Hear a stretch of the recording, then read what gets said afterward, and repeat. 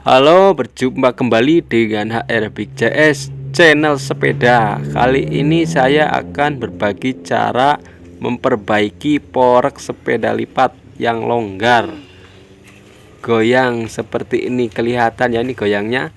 Oke, sebelum disimak videonya jangan lupa like dan subscribe-nya dan juga bagikan agar channel ini bermanfaat bagi seluruh Nusantara.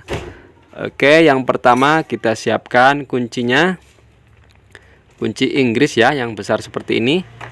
Longgarkan baut yang bagian atas yang ini nih. Nah, ini longgarkan ke arah kiri, tahan pakai kaki ya. Nah, seperti ini. Nah, ini sudah kena bagian yang atasnya. Kalau sudah kena, kita kencangkan bagian yang bawahnya ini. Nah, ini yang saya pegang ini. Kencangkan ke arah kanan.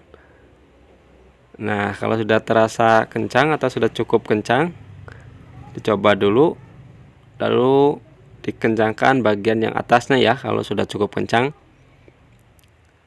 Nah, lanjut kencangkan bagian yang atasnya yang ini. Ini sangat mudah sekali ya. Jangan di skip, disimak agar tahu caranya memperbaiki sepeda poreknya yang longgar. Kalau masih tetap longgar, itu kemungkinan ada yang rusak bagian pelornya atau mangkuknya. Ini sudah oke ya. Kalau ini sih ya tidak mungkin, ini karena sepeda masih baru, jadi hanya longgar saja. Lalu kencangkan ya sekencang-kencangnya agar tidak mudah longgar lagi. Nah, ini sudah oke. Sudah kencang ya, sudah tidak longgar.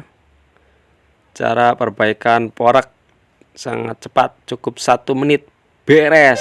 Nah, sekarang lanjut ke bagian roda yang depan ini agak goyang rodanya.